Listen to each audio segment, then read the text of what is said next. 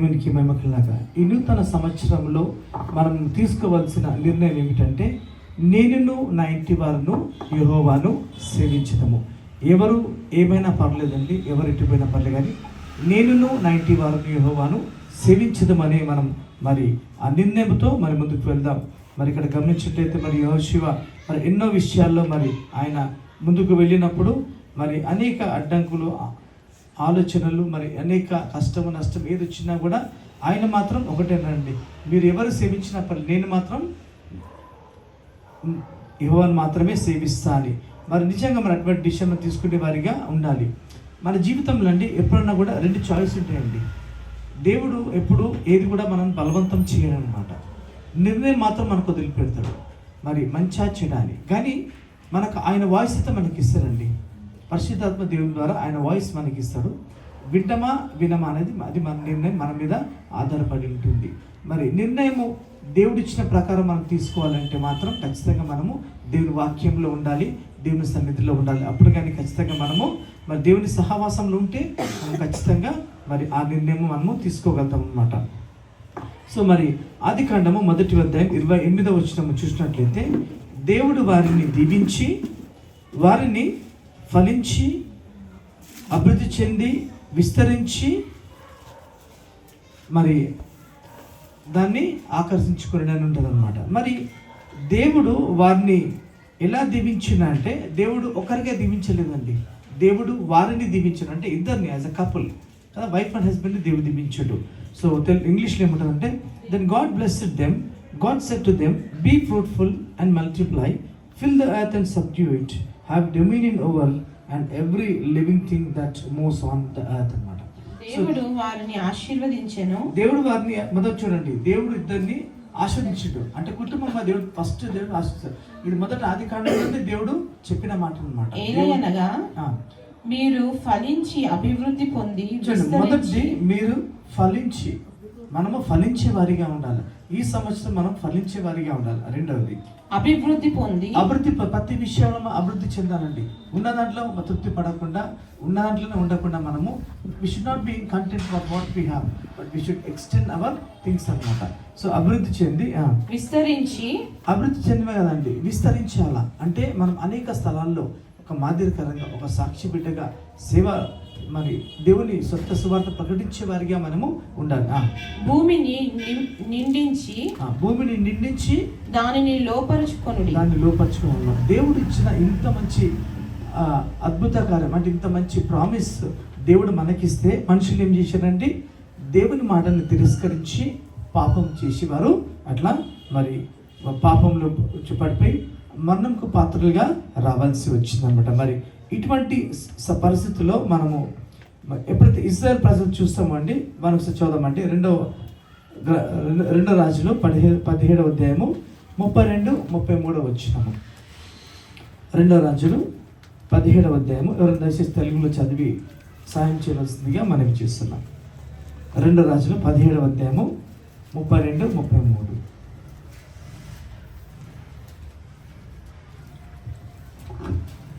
ఇంగ్లీష్లో ఏమంటే, but made priests for high places for themselves who sacrifices for them. అంటే చదువు తెలుగు. మరియు జనులు యెహోవాకు భయపడి ఉన్నత స్థలము నిమిత్తము సామాన్యులలో కొందరిని యాజకులను చేసుకొనగా, వారు జనుల పక్షమున ఉన్నత స్థలముల్లో కట్టబడిన మందిరముల యందు జనులు బలులు. చూడండి, వారు దేవుడు మనకు మేలు చేస్తాడు, దేవుడు మనల్ని ఆశీర్దిస్తాడు అని చెప్పినా కూడా ఇస్రాయేల్ ప్రజలు, వారు మాత్రం దేవుని తిరస్కరించి వారి దేవతలకు వాళ్ళు మొక్కడము స్టార్ట్ చేసిరండి. మరి ఈ దినము దేవుడు మనలో ఒక ప్రశ్నిస్తున్నాడు, మనము మరి దేవుడు ఇచ్చిన వాగ్దానాన్ని మనం ఎత్తిపట్టి వెళ్తున్నామా లేదా మన సొంత వాగ్దానంతో మనం ముందుకు వెళ్తున్నామా అనేది కదండి. దేవుని వాగ్దానం ఎప్పుడన్నా దేవుడు వాగ్దానం చేస్తే నెరవేర్చే దేవుడే ఉన్నాడు కదండి. మనుషులు ఎన్నో వాగ్దానం, ఇప్పుడు పొలిటికల్ లీడర్స్ చూస్తే ఎన్నో వాళ్ళు ప్రామిసెస్ ఇస్తారు, అది ఫిల్ఫిల్ చేయరు, ఎందుకంటే అది వాళ్ళతో చేత కాదన్నమాట, వాళ్ళు చేయలేరు కూడా. మన దేవుడు ఒక్కసారి ఒక మాట ఇస్తే అది మాట మరి సంపూర్ణం చేసే దేవుడై విన్నాడు అనమాట. ఒకసారి అదే 17వ అధ్యాయము 39, 30, 40, 41 వచనం చదువుకున్నామండి. మీ దేవుడైన యెహోవా యందు భయభక్తులు గలవారై ఉండిన ఎడల చూడండి, కండిషన్ చూడండి, మీరు దేవుని యందు భయభక్తులు కలిగి ఉండిన ఎడల ఆయన మీ శత్రువుల చేతిలో నుండి మిమ్మల్ని విడిపించినని ఆయన సెలవిచ్చి. చూడండి, ఇక్కడ దేవుడు ఏం చెప్తారంటే, మీరు నా యందు భయభక్తులు కలిగి ఉంటే నేను మిమ్మల్ని విడిపిస్తానంటున్నాడు. మరి ఎన్నిసార్లు మనం ఆయన యందు భయభక్తులు కలిగి ఉన్నామండి కదండి? అసలు ఆయన యందు భయభక్తులు కలిగి ఉన్నాం అంటే కీర్తన 34 ఉంటామన్నమాట. కీర్తన విడిచిపెట్టి కదండి, అబద్ధ మాటలు చెడ్డ మాటలు పలకకుండా నాలుకను పెదవులు కాచుకున్నట్లయితే ఇది అనమాట. This is what the fear of the Lord అనమాట. So the word of God is telling us that if we fear the Lord, God is going to deliver us from the hand of the enemies అన్నమాట. దేవుడు మనల్ని భరించి మనల్ని తప్పిస్తాడు. Next వచ్చిన చదవండి.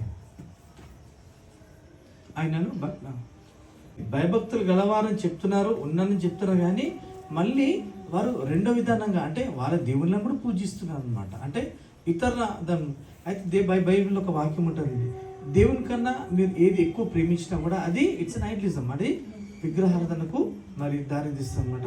నేను ఒక ఆంటీ ఉందండి, నేను చిన్ననాటప్పుడు మరి ఆంటీకి 5 మంది కూతుర్లు, ఒక కొడుకుండే అనమాట. సో ఎప్పుడు ఆంటీ ఈ కొడుకు మీద ఎంత ప్రేమ చూపించేదంటే, ఒకడే లాస్ట్ పుట్టింటే చిన్నోడు అనమాట. వాళ్ళకి ఈయనకు గ్యాప్ ఎంత దాదాపు 20 years ఉండొచ్చు బహుశా. సో అంత ప్రేమించింది అనమాట. ఒకగానొక సమయం వచ్చిందండి, బాబు తిరిగిపోతూ తయారైపోయిందండి. దేవునికి చాలా దూరంగా వెళ్ళిపోయింది. తల్లి బిడ్డని గద్దించలేదు, చిన్నగా చెప్పేది, ఇంట్లో వచ్చి వెళ్ళిపోతాడేమో అనే ఉద్దేశంతో మామూలుగా చెప్పేది అంతే. కానీ ఒక దినం వచ్చిందండి, తల్లి ఆ కొడుకు మరణాన్ని చూడవలసిన పరిస్థితి వచ్చిందండి. మనము కూడా మన పిల్లలకు సత్య సువార్తను నేర్పించకపోతే, దేవుని భయము నేర్పించకపోతే ఏమైతే తెలుసా అండి, మనం కూడా అటువంటి కాన్సిక్వెన్సెస్ అనుభవించాల్సి వస్తుంది అనమాట కదా. మరి అంశమే మరి బైబిల్ ఏం రాసిందంటే, బాలు నడవలసిన త్రోవను వారికి నేర్పుడి, వాడు పెద్దవాడైనప్పుడు దాని తొలగిపోడు. Teach the way that he should grow, when he becomes young he will not depart from it. ఆయన తొలగిపోడని దేవుని వాక్యం గ్యారంటీ ఇస్తుందండి. కానీ ఈ గ్యారంటీని మనం పక్కన పెట్టి ఏం చేస్తున్నామండి, సొంతంగా మనము డిసిప్లిన్ చేస్తున్నామండి. చిన్నపిల్లలకండి 6 years వరకు వాళ్ళకి ఎంత జ్ఞానం ఉంటుందంటే కంప్యూటర్ జ్ఞానం ఉంటుంది అన్నమాట వాళ్ళకు. కాబట్టి వారికి కూర్చున్నప్పుడు, లేచినప్పుడు, నడిచినప్పుడు వాక్యాన్ని వారికి మనము నేర్పించాలన్నమాట. నెక్స్ట్ వచ్చాం చదవండి 41. చూడండి, నేటి వరకు అంటే ఈ దినం వరకు ఎవరు నిజమైన దేవుడు తెలుసు, ఎవరు గొప్ప దేవుడు తెలుసు, అయినా కూడా వారి పిల్లలు కూడా అట్లనే సేవిస్తున్నారంట. మరి ఈ దినం దేవుడు మనకు ఒక క్వశ్చన్ ఇస్తారండి, మరి నీ పిల్లలు నిజంగా దేవుని భయభక్తులు కలిగి ఉన్నారా, లేక వారు కూడా ఇతర దేవతలను పూజిస్తున్నారా అని కదండి. పూజించడం అంటే మనం ఒకటే కదండి, దేవుని కన్నా ఎక్కువ ఏది ప్రేమించినా కూడా అది పూజించడం కిందికి వస్తుంది. కాబట్టి మనము అది జాగ్రత్తగా ఉండాలి. మరి నిజంగా ఇక్కడ యెహోషువ ఏమంటే, నేనును నా ఇంటి వారును యెహోవాను సేవించదము. మరి అలాగే మరొకసారి యెషయా గ్రంథము 42వ అధ్యాయము 8వ వచనం ఒకసారి చదవండి. యెషయా గ్రంథము 42వ అధ్యాయము 8వ వచనము.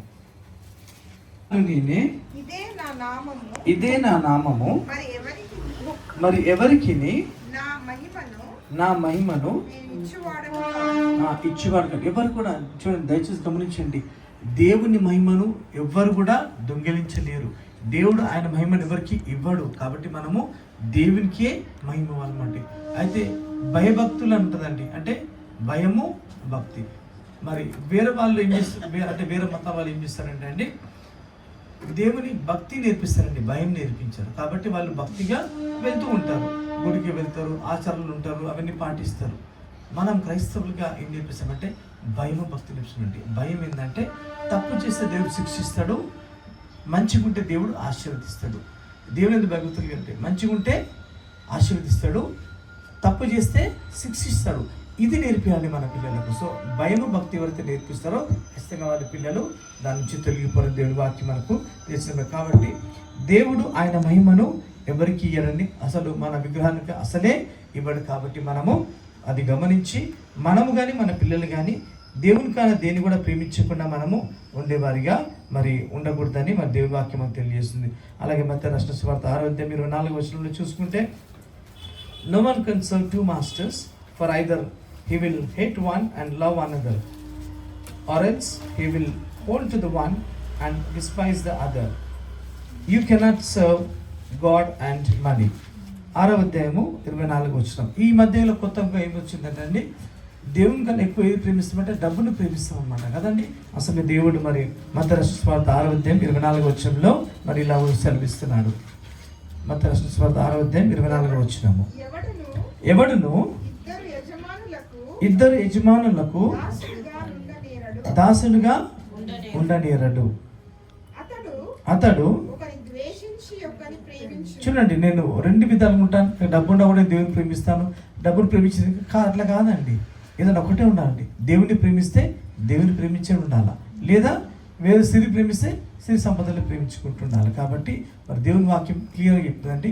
అంతమే ఒక మాట ఏముంటుందంటే, మొట్టమొదట నా నీతిని నా రాజ్యాన్ని వెతకండి, మీకు సమస్తము అనుగ్రహింపబడునండి. హల్లెలూయా. దేవుని వాక్యం అని చెప్తుందండి. మొదట ఆయన నీతిని ఆయన రాజ్యాన్ని మనం వెతుకుతే మనకు అన్నీ వస్తాయంటండి. మనం ఇది వదిలేసి వేరేవి వెళ్ళే పరిస్థితుల్లో చదవనమ్మా. అది కంటిన్యూ చేయండి.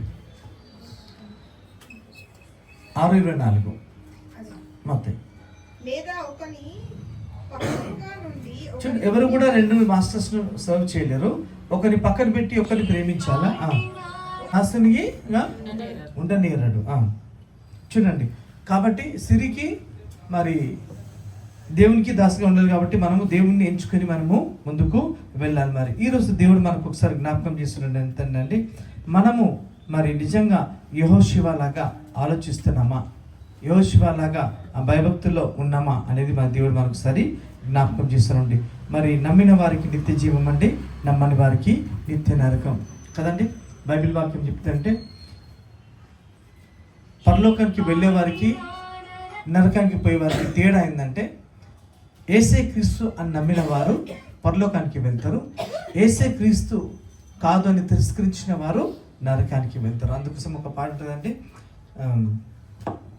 కేవలము నమ్ముకొని నా పరలోక జీవంబు మనకబ్బును కదండి. కేవలం నమ్ముకుంటే చాలన్నమాట, దేవుడు మనల్ని రాని పరలోకానికి తీసుకువెళ్తాడు. మరి నమ్మిన వారు మరి బాప్తిసం తీసుకోవాలా, బాప్తిసం తీసుకున్న వారు బల్లెలో పాలు పొందాలని దేవుడు మనకు ఈ వాగ్దానం ఇచ్చి ఉన్నాడు. కాబట్టి మనము ఈ దినము దేవుడు ఈ కొత్త సంవత్సరంలో మరి అడుగు పెట్టించున్నాడు. మన జీవితంలో పోయిన సంవత్సరం కన్నా ఈ సంవత్సరము మనము దేవునికి సన్నిహితంగా we should have more intimacy with the Lord this year than the before year అన్నమాట. పోయిన సంవత్సరం కన్నా ఈ సంవత్సరం దేవునితో మనం ఇంకా సన్నిహితంగా మనం ఉండాలి. అదే కాకుండా hour nature, our character, hour old things should pass away, the new things should come in this new year అన్నమాట. పోయిన సంవత్సరము పాతవన్నీ గతించిపోయి అవన్నీ వదిలేసి మనము ఈ నూతన సంవత్సరంలో దేవుని కోసం మనం ఇంకా ముందుకు వెళ్ళాలండి. అలవాట్లు మార్చుకోవాలా, మన కోపాన్ని తగ్గించుకోవాలా కదండి. మనం అవన్నీ దేవునికి ఇష్టమైన జీవితం మనము జీవించాలా. అదే కాకుండా మనము పోయిన సంవత్సరం దేవునికి మరి సాక్షి బిడ్డగా ఎన్నిసార్లు మనం కదండి, ఎన్నోసార్లు మన జీవితంలో దేవుడు ఎన్నో కార్యం చేసినాడు. కానీ మనం కొన్ని విషయాలు మాత్రమే మనము దేవుడి కృతజ్ఞత చెల్లిస్తాము, కొన్ని విషయాలు మనం చెల్లించాము. కానీ ఈ సంవత్సరము ప్రతి విషయం నిమిత్తమే ఆయన కృతజ్ఞత చెల్లించే బిడ్డలుగా మనము ఉండాలని కూడా దేవుని వాక్యం తెలియజేస్తుంది.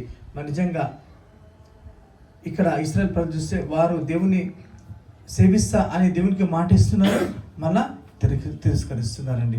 తర్వాత దేవుడు చేసిన కార్యంను వాళ్ళు అద్భుతాలు చూస్తున్నారు, కానీ వారి పిల్లలకు చెప్పలేకపోతున్నారు. వారు రెండు గుర్రం మీద సవారీ చేసినట్టు మరి వారు సిరి మీదను దేవుని మీద రెండు కూడా సవారీ చేస్తున్నారు. కాబట్టి దేవుడు మనకు ఇది మరొకసారి ఈ నూతన సంవత్సరంలో జ్ఞాపకం చేస్తున్నాడు. మరి అదే కాకుండా చివరిగా మనము మోషే విషయంలో చూస్తే దేవుడు మరి మోషేను దీవించి ఆశీర్వదించినప్పుడు ఆయన దేవుని కోసం సమస్తం వదిలిపెట్టి మరి దేవుని సేవలో ముందుకు వెళ్ళినట్టు మనం చూస్తున్నాం. యోసేపు విషయం కూడా అది చూస్తామండి. యోసేపుతో దేవుడు తోడై ఉన్నాక అతడు వర్ధిల్లడం. మరి ఈ దినము దేవుడు నీతో నాతో తోడై ఉన్నాడా? మనం వర్ధిల్లుతున్నామా?